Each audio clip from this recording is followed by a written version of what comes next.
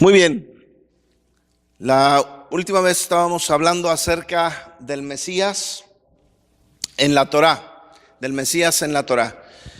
¿Por qué los judíos no aceptan que Yeshua es el Mesías? Si para nosotros podría ser obvio con todo lo que él hizo.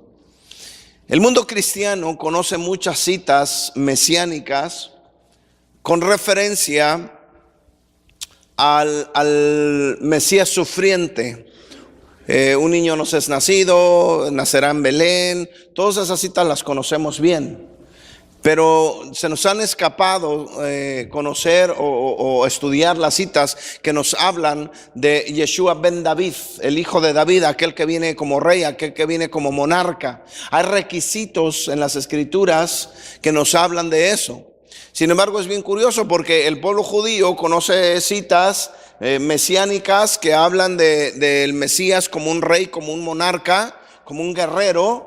Y el mundo cristiano conoce citas del Mesías que viene en un burrito, o que viene manso, que viene humilde. Y tenemos un concepto así de nuestro Señor, de que Él viene a perdonar todos los pecados del mundo, no hay ningún problema, haz lo que quieras. Y cuando te estés muriendo, inclusive, le pides perdón a un sacerdote, a la persona que tienes ahí al lado tuyo, y ya te perdonaron y tus pecados se fueron y ya te puedes ir al cielo, ¿no? Y ese es un cuento chino, ¿no? No, definitivamente no es la realidad ni es Biblia. Entonces queremos conocer al verdadero Mesías de Israel, ¿verdad? Y sus funciones: función como hijo de Yosef, hijo de José, y su función como hijo de David. Ustedes verán que Lucas, por ejemplo, un día dijo: este es Yeshua, el hijo de Yosef, el hijo de José. Pero también un ciego le dijo Yeshua ben David, hijo de David, ¿verdad? Entonces ahí en las escrituras vamos a ver esas dos cosas. Lo reconocen como hijo de Yosef y también lo reconocen como hijo de David. Entonces queremos que ustedes conozcan y vean la diferencia, ¿verdad?, que hay. Y con estas diferencias, incluso algunas personas estudiosas de la Biblia piensan que son inclusive dos personajes diferentes. En otras palabras, que Yeshua fue el Mesías, hijo de José, que vino a salvarnos de pecado, y que va a regresar otra persona diferente a Yeshua a ser el hijo de David, a liberarnos de la esclavitud o de la monarquía del mundo, ¿no? Algunos piensan eso. ¿Por qué piensan eso? Bueno, porque hay un texto, hay un requisito, hay requisitos que tienen que cumplirse, o que tiene que cumplir Yeshua para poder ser tanto Yeshua ben Yosef, tanto Yeshua ben David, ¿verdad? Uno de los requisitos es que tiene que ser de la descendencia o de la casa de Abraham. Otro requisito es que tiene que ser de la descendencia de David. ¿Me explico? Tiene que ser descendencia de Abraham, tiene que ser descendencia de David.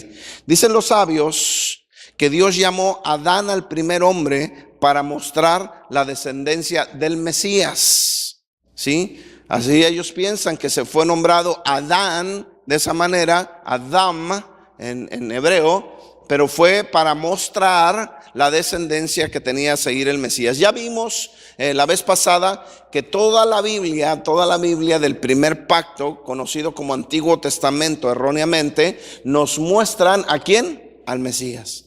En otras palabras, toda la escritura, el único propósito que tenía es mostrar ¿a quién? Al Mesías. Lo vimos, ¿verdad? ¿Se acuerdan? Desde Génesis 1. Génesis 1 nos enseña al Mesías. En otra enseñanza se los mostré. Pero simplemente con la palabra Génesis. La palabra Génesis del hebreo Bereshit. Bet y Reshit. Son dos palabras que se unieron para formar Bereshit. ¿Y Bereshit qué significa? Significa en el principio, pero también se puede traducir como por el principal o para el principal.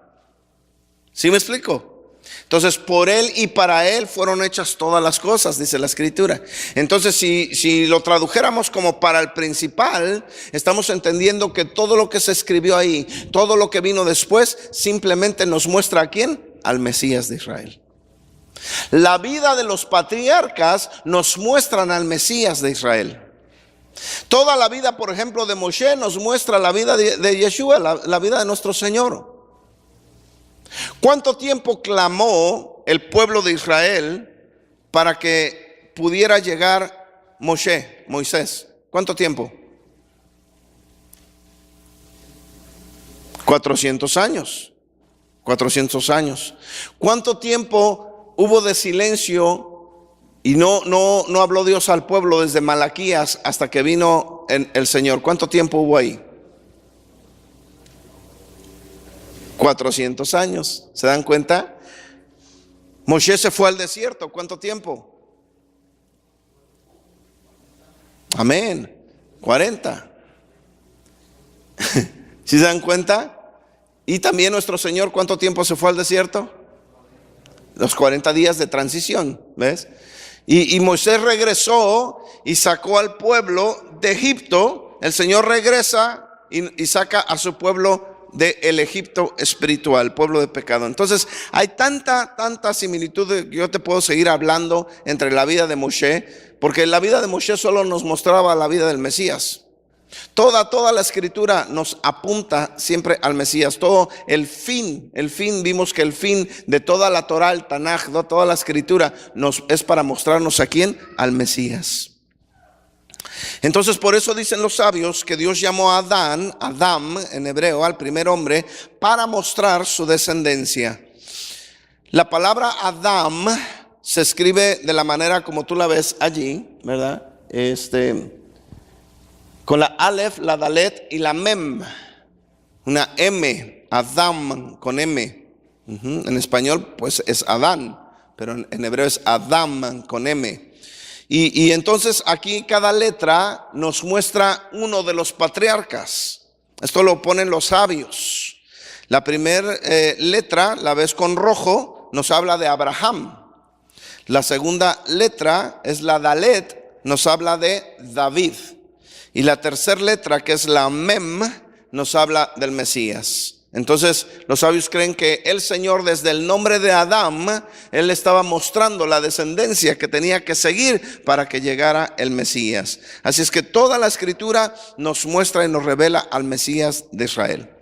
Ahora, otro de los requisitos y por el cual los judíos todavía no creen que Yeshua sea el Mesías, está en Deuteronomio capítulo 23, versículo 3. Deuteronomio capítulo 23, versículo 3. Dice así: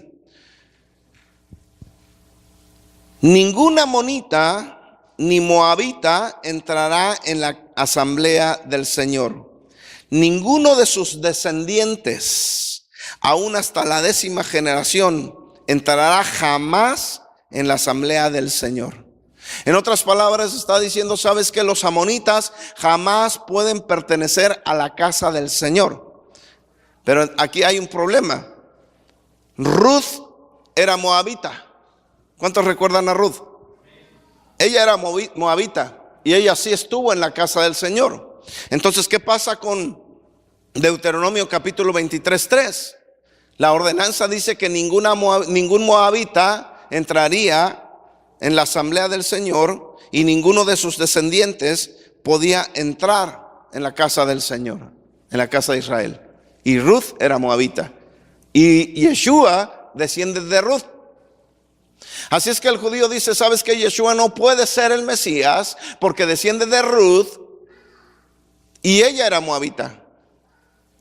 Entonces la respuesta aquí es, ¿y cómo es que entonces Ruth sí entró en la asamblea y en la casa de Israel? ¿Me explico? ¿Me van siguiendo? O sea, ellos no creen que Yeshua sea el Mesías porque desciende de Ruth. ¿Por qué? Porque dice la escritura que los moabitas no entrarán. Entonces, ¿cómo Ruth entró? Y entonces anteriormente, cuando los sabios se encontraron con este texto y vieron que Ruth sí entró, ellos tuvieron que hacer una deliberación y lo pusieron en el Talmud. Dijeron, ¿cómo es posible que la escritura dice que los moabitas no entraron y Ruth sí entró? Y no estaban hablando del Mesías, simplemente de por qué Ruth sí entró. Y entonces se enseñaron los sabios que la palabra moabita en el hebreo estaba en masculino. De tal manera que ellos enseñaron que estaba hablando de los hombres y no de las mujeres. Ningún moabita significaba que ningún varón moabita podría entrar en las asambleas o en la casa del Señor. Ningún descendiente de Moab. Sin embargo, esta ley no aplicaba a las mujeres. Por eso es que permitieron que Ruth entrara, porque ella era mujer y por lo tanto Deuteronomio 23:3 no aplicaba en ella. Y entonces si no aplica en ella, ahora tú puedes entender como si fue permitido que ella no solo entrara en la asamblea de Israel, ¿verdad? Sino se quedara ya como una israelita. Tú conoces la historia de Ruth. Se quedó como una israelita. Y como se quedó ya como una hebrea, de ella desciende el Mesías de Israel. Amén. ¿Me van siguiendo? Entonces yo te quiero mostrar por qué muchas veces los judíos piensan que el Mesías, Yeshua, no es el Mesías de Israel o no es el que había de venir. ¿Por qué? Porque ellos no esperaban a alguien que los liberara de pecado. Ahora aquí hay otra cosa. Solamente un sacerdote puede liberarlos de pecado, no un rey. Si se dan cuenta, todos los reyes como Saúl, como David, como Salomón, todos ellos mandaban a traer sacerdotes para que hicieran sacrificios. El ministerio sacerdotal es diferente a los reyes. Los reyes tenían su función, los sacerdotes su función. David tenía que mandar a traer profetas para hablar con Dios, cuando David tenía el corazón del Señor. Pero David no era un sacerdote, era un rey. Solo los sacerdotes tenían entrada para hablar con Dios y escuchar al Señor y traer la voz de Dios al pueblo, no los reyes. Ahora, Yeshua no es considerado un sacerdote de descendencia arónica. Y no es considerado un sacerdote de herencia arónica porque si fuera descendiente de Aarón no podría ser rey. Entonces dicen, ¿cómo es que tú me dices que él es un sacerdote? ¿Cómo es que tú me dices que va a ser rey? Y por eso el apóstol Pablo aclaró esto en Hebreos. Y dijo que nuestro Señor no era descendiente de la línea arónica sacerdotal, sino descendiente de la línea sacerdotal ¿de quién? Se gana un premio el que me lo diga. No, David no era sacerdote. Él viene de una línea sacerdotal, pero no arónica. Todos los sacerdotes de Israel, todos, absolutamente todos, tenían que ser descendientes de Aarón para poder oficiar el sacerdocio. Solo Yeshua no es un sacerdote de la línea de Aarón. Entonces, ¿de quién? De Melquisedec. ¿Quién dijo eso? Un aplauso a Toño. Él sí estudia la Biblia. Aleluya. Descendiente de Melquisedec, de la línea de Melquisedec. Eso lo aclararon ahí en las escrituras, ¿verdad? Y digo Pablo porque bueno, yo sigo creyendo que Hebreos fue escrito por el apóstol Pablo, ¿verdad? Tal vez no. Pero allí nos enseña que Yeshua viene de la línea de Melquisedec, conforme a la orden de Melquisedec. ¿Por qué? Porque Melquisedec fue el único que fue rey y sacerdote. El único. Y después de Melquisedec no tuvo descendencia. No conocemos nada de su ascendencia. Y entonces de nuestro Señor también no conocemos su ascendencia. Perdón, conocemos su ascendencia, pero no su descendencia. ¿Me explico? No tuvo descendencia. ¿Por qué? Porque el trono no lo pasa a nadie. No comparte con nadie su trono. ¿Sí? Él es rey y él es sacerdote. Y lo tremendo es que él quiere una generación de reyes y sacerdotes. Y nos ha escogido a nosotros para participar juntamente con él en esa línea como reyes y sacerdotes. Cosa que no se podía ver antes. ¿Ves? Entonces ahí podemos entender que no es que va a venir otro Mesías, porque él es rey y sacerdote a la vez. Nos lleva ante la presencia del Señor, pero también nos libera. Sin embargo, las dos funciones tenían que ser en dos tiempos diferentes. Él no podía venir como rey todavía, porque lo primero que tenía que hacer era liberar al pueblo del pecado. Porque si los liberaba del mundo, de los hijos de Set, como dice la escritura, que es todo el mundo, entonces seguían con pecado, no eran libres todavía. Nuestro Señor sabía que primero tenía que librarnos del pecado, porque el pecado reinaba en nuestras vidas sin Él. Y eso no lo pudieron entender. Así es que Él no vino como rey, Él vino como sacerdote. Él lo dijo, dice, mi reino no es de este mundo. O sea, todavía. Ahora, obviamente no es de este mundo, porque este mundo se va a destruir y va a haber cielo nueva. ¿Y qué? Tierra nueva. Él dijo, mi reino no es de este mundo. Así es que Él vino como sacerdote, no como rey. Le dijeron, tú eres rey de los judíos, tú lo has dicho. Todavía el mundo no, ni siquiera los judíos, porque todavía no lo aceptan como rey. Vino como sacerdote. Y la función sacerdotal de Yeshua era librarnos del pecado. Quitar el pecado, quitar la corona, quitar al pecado como rey de la vida de los seres humanos. Porque el pecado sigue y la gente sigue pecando. Eso no se ha ido. Pero Él le quitó la corona, ya no reina más el pecado en nuestras vidas. ¿De quiénes? De aquellos que hemos aceptado el sacrificio del sacerdote, de Yeshua. Entonces somos libres de ese pecado a través de Él, si queremos serlo. Y ya no reina más el pecado, dice el apóstol Pablo, en nuestras vidas. Pero luego, después de que ya se sacrificó a sí mismo como un sacerdote, porque solo los sacerdotes hacen sacrificios, los reyes no, solo los sacerdotes. ¿Recuerdan qué le pasó a Saúl cuando intentó hacer el sacrificio? Llegó el sacerdote y le dijeron, estás loco, locamente has hecho, ¿cómo te atreves a hacer un sacrificio? No te corresponde a ti, le dijo Samuel a Saúl, hacer un sacrificio. Tú eres rey, no sacerdote. Pero como Yeshua era sacerdote cuando vino, le tocó hacer sacrificio, y Él fue el sacrificio por todos nosotros, por toda la humanidad. Si hubiera venido como rey, no pudiera hacer el sacrificio. Que los reyes no hacen sacrificio, los sacerdotes sí. ¿Se dan cuenta? Entonces viene como sacerdote, viene humilde, viene sencillo, viene como una oveja muda delante del quien lo trasquila, dice la escritura. Que no vino, dice, si yo quisiera, ahorita me pongo en mi posición de rey y mando a 1,000,000 de ángeles para que bajen y los despeluquen a todos. Él podía hacerlo, pero no lo hizo, porque Él primero vino como oveja, como sacerdote, a librarnos del pecado. Pero cuando venga otra vez, ya no viene como sacerdote. Ya no viene montado en un pollito, en un pollino. Un pollito, ¿cómo lo va a vender?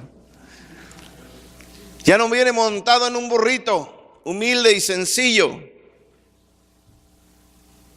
Dice la escritura que cuando el apóstol Juan lo vio, tenía un cinto de oro aquí con unas vestimentas tremendas, sus ojos como de fuego. No ves nada humildito y sencillo. No, tú ves poder ahí. Su rostro resplandeciente. Tremendo. Y viene montado en un caballo de guerra. Y no viene con la Biblia, ¿verdad? A decirte que te ama. Viene con la Biblia a decirte que si no obedeciste su escritura, tienes juicio. Y por eso le llama espada. Y viene a hacer guerra contra aquellos que no lo obedecieron y no lo siguieron. La guerra es contra el mundo, ahorita lo van a ver en las escrituras. Es algo tremendo.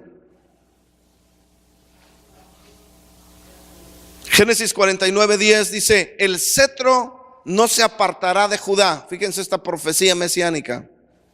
Ni la vara de gobernante de entre sus pies, hasta que venga ¿quién? Shiloh.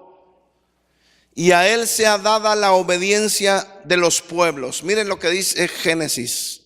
El cetro no se apartará de Judá. ¿De quién? De los judíos. No se apartará. Ni la vara de gobernante de entre sus pies hasta que venga Shiloh. Ahora, los sabios han dicho que Shiloh podría inclusive ser el nombre de el Mesías. Por eso muchos creen que va a ser otro, que no va a ser Yeshua, porque dicen, es que Shiloh va a ser su nombre, pero no han entendido que Shiloh solo significa un regalo. Hasta que venga el regalo, dice, hasta que venga Shiloh, hasta que venga el regalo. En Romanos capítulo 6, 23 leemos, porque la paga del pecado es muerte, pero el regalo de Dios, oiga bien, el Shiloh de Dios es vida eterna en Yeshua HaMashiach, el Señor nuestro. Ese es el regalo, ese es el Shiloh que viene, ese es lo que está diciendo la profecía. No es que sea otro el Mesías, es el mismo, porque Él es nuestro regalo. Dios nos dio ese regalo para que nosotros viviéramos y viviéramos para Él. Dice Números capítulo 24, versículo 17. Lo veo, pero no ahora. Lo contemplo, pero no cerca. Una estrella saldrá de Jacob y un cetro se levantará de Israel, que aplastará la frente de Moab y derrumbará a todos los hijos de Set.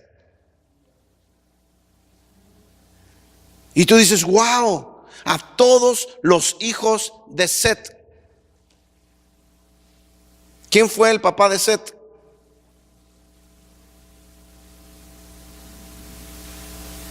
Híjole, me hubiera traído regalos para darles a todos ustedes, ¿verdad? ¿Quién fue el hijo de Set, el papá de Set? No, todavía no existía ese hombre.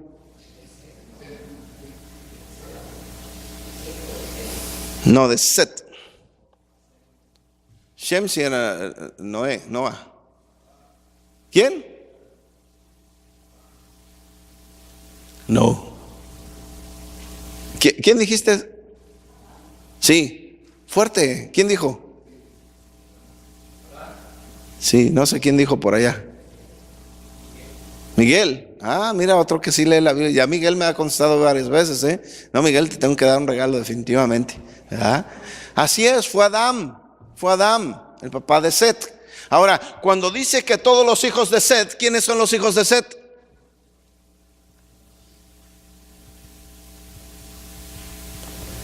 ¿Quiénes?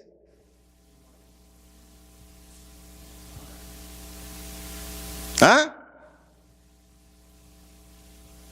¿Quiénes son los hijos de Set? Todos, exactamente, todos. Toda la humanidad. Toda la humanidad. Noé desciende de Set y toda la humanidad desciende de Noah. Toda la humanidad. Y aquí mira, cuando ya entiendes entonces a qué se refiere con los hijos de Set, mira, vuelve a leer esto conmigo. Lo veo, pero no ahora.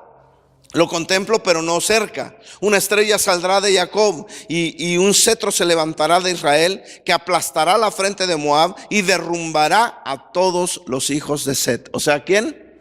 A toda la humanidad.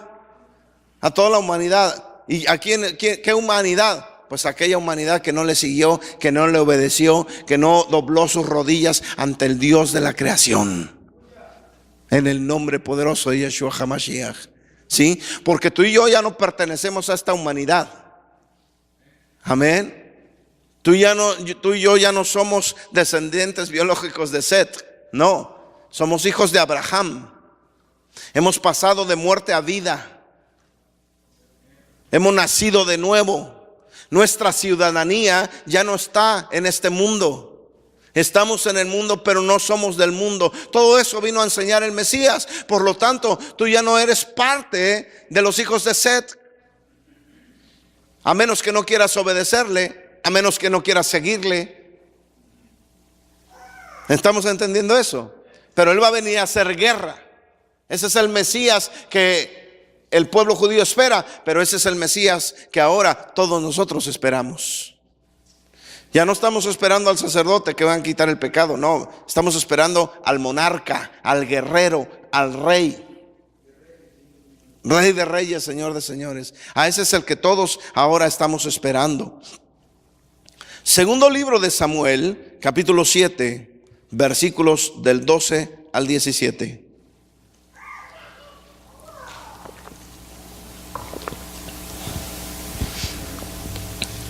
Segundo libro de Samuel 7 del 12 al 17. Cuando tus días se cumplan y reposes con tus padres, levantaré tu descendiente después de ti, el cual saldrá de tus entrañas, y estableceré su trono, su reino. Él edificará casa a mi nombre, y yo estableceré el trono de su reino para siempre. ¿De quién está hablando hasta aquí? ¿De quién? No, de Salomón. De Salomón. ¿Por qué quiero que vean esto? Miren, fíjense bien. Está hablando de Salomón. Dice, y yo seré padre para él y él será hijo para mí. Cuando cometa iniquidad, o sea, maldad, lo corregiré con vara de hombres y con azotes de hijos de hombres. Pero mi misericordia no se apartará de él. Fíjese bien, mi misericordia no se apartará de él, como la aparté de ¿quién? De Saúl, a quien quité de delante de ti. Tu casa y tu reino permanecerá. Tu casa y tu reino permanecerá para siempre delante de mí. Tu trono será establecido para siempre, conforme a todas las palabras y conforme a toda esta visión. Así habló Natán a David. Mira, amado hermano, cómo es que David agradó a nuestro Señor, cómo halló gracia ante los ojos del Señor. Porque Saúl falló, pero no fue perdonado, o fue perdonado, pero fue removido, fue quitado. Yo no sé si el Señor lo perdonó o no lo perdonó, no dice nada la escritura, pero fue removido, fue quitado. A eso me refiero cuando digo no fue perdonado. Fue removido, fue quitado, fue desechado del trono. Ahora, Salomón también cometió errores y pecó delante del Señor. Claramente, como vemos a nuestro Señor, por esas situaciones que Salomón hizo, debió ser removido de su trono, debió ser quitado. Sin embargo, por amor a David, Dios le promete, yo seré para él padre. Y si comete un error, yo lo voy a corregir, con el fin de no quitar el trono de tu casa. Ahora, David, tu trono será para siempre. Es impactante, amado hermano, como aunque hubo fallas después, por amor a David, sus hijos son bendecidos. Y yo le doy gracias a Dios. ¿Por qué? Porque esto me enseña a mí que mientras yo sea fiel delante de Él, mientras yo no le falle, mientras yo siga caminando en sus estatutos, en sus decretos, en su obediencia, en su misericordia, tal vez yo halle gracia delante de sus ojos y mis hijos sean bendecidos.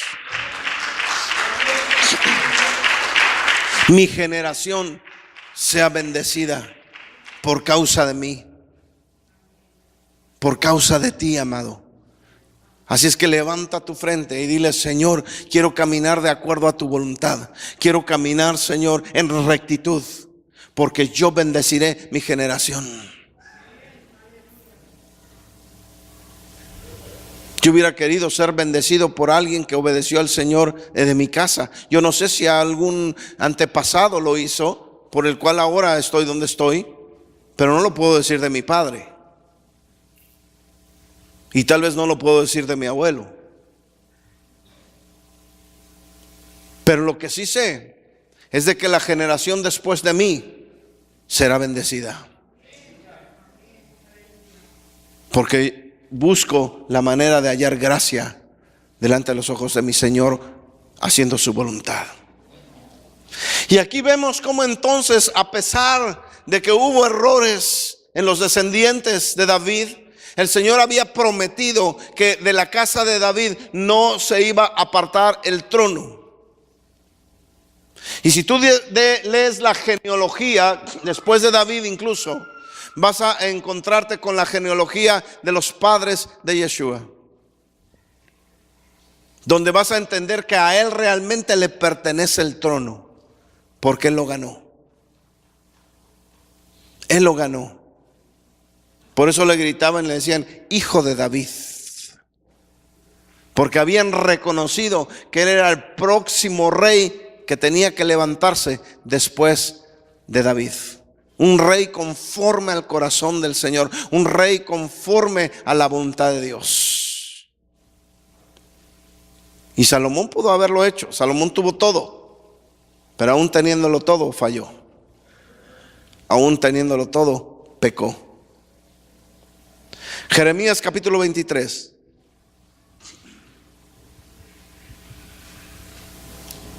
Pondré sobre ellas, capítulo 23, versículo 4, al 8. Jeremías, capítulo 23, del 4 al 8.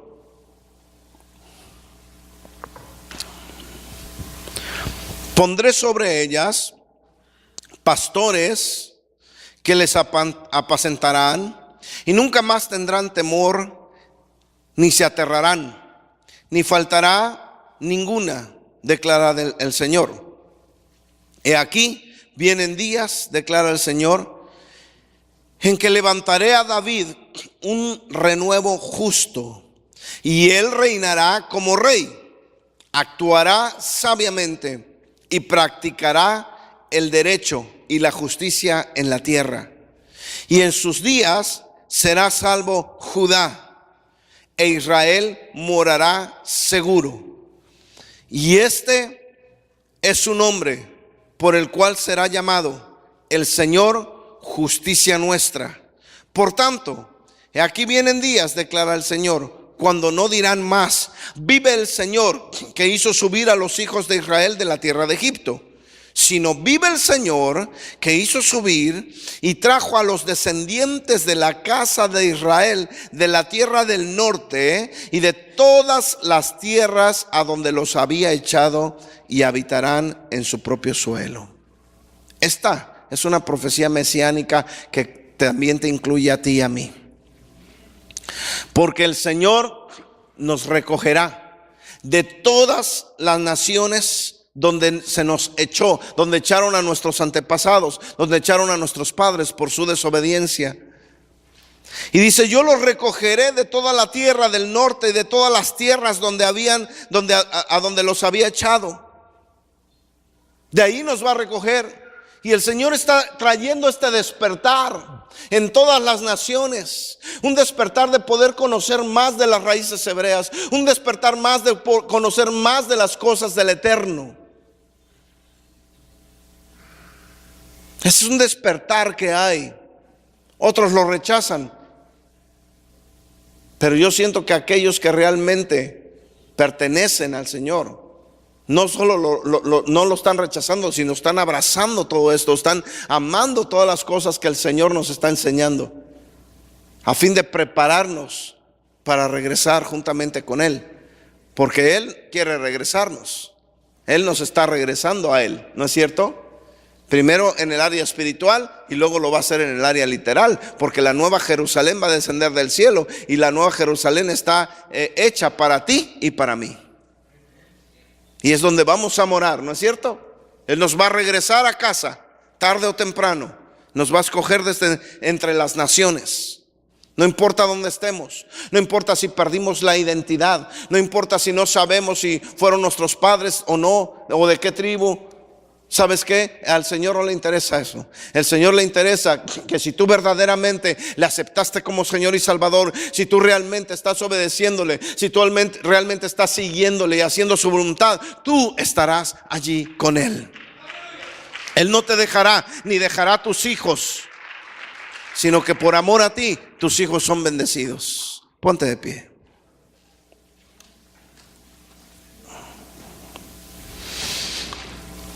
Señor, te damos gracias. Gracias por el Mesías que tú has enviado a nuestras vidas. Gracias, Señor, porque sabemos que un día Él nos recogerá de entre las naciones y estamos esperando a ese Rey, un Rey que viene con poder, un Rey que viene para bendecirnos, un Rey que viene para liberarnos. Yo te doy gracias por ese Rey. Y te damos a ti la gloria y la honra por siempre. Amén. Quiero leerte algo rápidamente antes de finalizar. Este libro es la Torá con los comentarios de Rashi, hablando del texto, ¿verdad?, de Shiloh. Estos son los comentarios de él. Imagínate.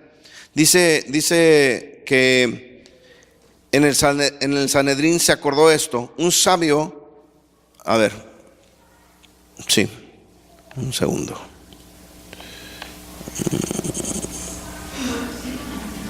Ok, dice así, él explica, dice, hasta que venga Shiloh.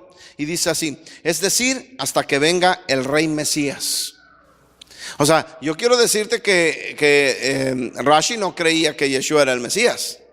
Ellos ni siquiera sabían de esto, ¿me explico? Pero ese es el comentario que él hace sin conocer todo lo que tú y yo conocemos. Dice, es decir, hasta que venga el Rey Mesías, ya que a él le pertenece la autoridad real. Y luego el comentario dice, un sabio talmúdico que opina que el nombre propio del Mesías puede ser justamente Shiloh. Según esta explicación, el nombre Shiloh es una forma equivalente del significado y de él, aludiendo que la autoridad real pertenece al Mesías. Y en el Targum tradujo así la frase de Shiloh, hasta que venga el Mesías. No lo tradujo como hasta que venga Shiloh, sino que dijo hasta que venga el Mesías, a quien le pertenece la autoridad real. Y según esta interpretación, la expresión Shiloh alude a que cuando llegue el Mesías, las naciones del mundo le traerán obsequios y aceptarán su autoridad. ¿Qué te recuerda esto? Que aun cuando vino como sacerdote, las naciones del mundo representadas por aquellos reyes extranjeros le trajeron regalos aceptando su autoridad como Mesías de Israel. ¿Te das cuenta? Y él ni siquiera estaba sabiendo esas cosas. Pero es lo que nuestro Mesías tiene como requisitos para que lo reconozcamos como realmente el Mesías de Israel. Amén. Que Dios te bendiga ricamente. Un saludo a tu hermano, un abrazo y nos vemos a las 5 o el miércoles a las 7. Que el Señor te bendiga.